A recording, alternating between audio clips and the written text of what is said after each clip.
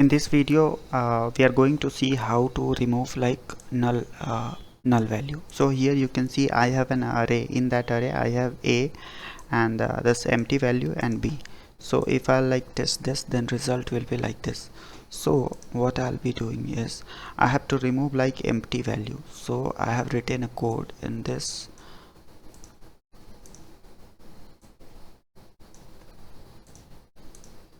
So this is my code in this, like let me test it. So you can see A and B is coming, this empty value is like removed. So what I'll be doing here is I'm using reject function, and in that reject function I'm using a ban is null empty and then a space, and then like I'm passing the list as a array, and then I'm closing this.